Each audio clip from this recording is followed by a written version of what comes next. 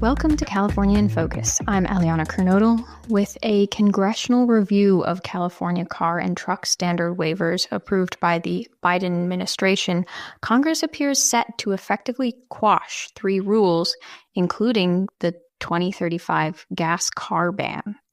Joining me with more on this story is the Center Square's California reporter, Kenneth Schrupp. Kenneth, tell us about this congressional review and what EPA Secretary Lee Zeldin had to say about it. Hey, Eliana.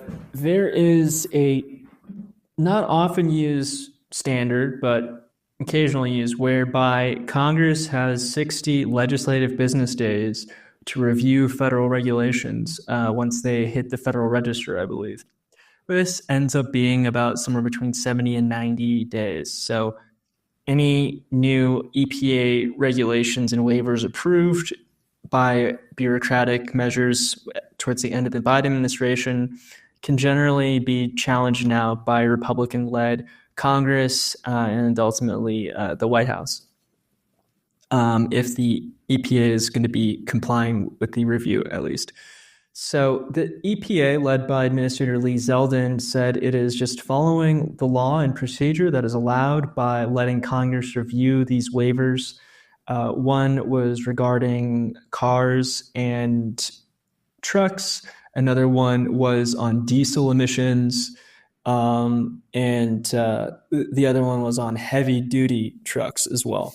Can you tell us a little bit more about these waivers that they're reviewing and the background on them? Right. So at the very last days in the Biden administration, they approved these waivers for allowing California to adopt these new clean air standards because California classifies greenhouse gases as emissions that it can regulate. California's air standards predated the existence of the EPA because it had to take corrective action to regulate Southern California's smog.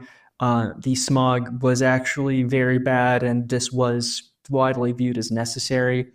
And because of this, California uniquely has the ability to create its own air quality standards in excess of the national EPA standard, but only so long as the EPA grants a waiver for each new regulation.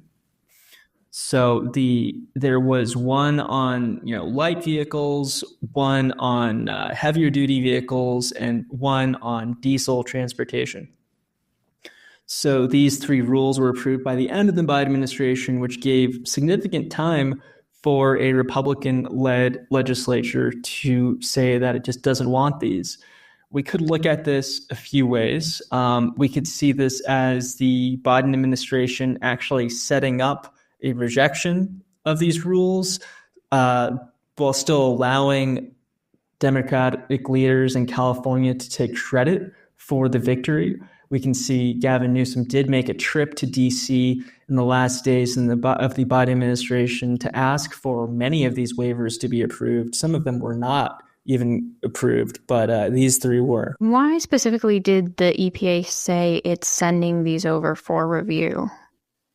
So they really talked about the cost for everyday Americans, really with regards to the second and third waivers. They said the second 2, which are waivers regarding trucks, quote, not only increase the cost of those vehicles, but also increase the cost of goods and the cost of living for American families across the country, end quote. That's because a significant portion of a good's actual cost is just transportation. You have to move the stuff around. You have to move the components around. If you increase energy costs, if you increase transportation costs, the entire goods price goes up. So if we had new standards requiring that most of these heavy shipping, these trucking operators had to buy new vehicles, replace all their old vehicles that all still had usable shelf life, and replace these vehicles with more expensive vehicles that are unproven, you might need more of them to meet the same amount of shipping demand. That's a huge cost that would get passed on to the consumer. Let's look a little bit closer, though, at these rules. The first one was Advanced Clean Cars 2. This was the policy that would move new car sales to zero emissions by 2035. And this would have started to kick in for the model year 2026 vehicles, which are going to start sale sometime halfway through 2025. And it would require that these vehicles for the 2026 model year, that is starting this summer, would have to be 35% zero emission or plug-in hybrid electric for California and I believe the 12 other jurisdictions, including DC and I think 11 other states, that have adopted California's air standards, because that is something that other states can do. They can follow the EPA standard, or they can just say, we're just going to go with whatever California has going for it. And these states do represent about half of the car market, although not half of the heavier duty vehicle market. But still, that would be huge. It's about a quarter of the heavy duty vehicle market. Advanced Clean Fleets is a similar regulation. It would regulate the trucking fleets, but this would have a huge impact even if it's just adopted in California, because all of our imports from Asia come in through California. And so we use California trucking to get those Asian imports out to the rest of the country.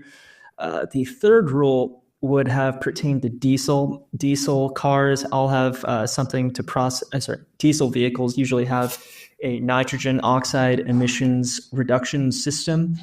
That's the uric acid, I believe, that has to be installed to keep control of the nitrogen oxide.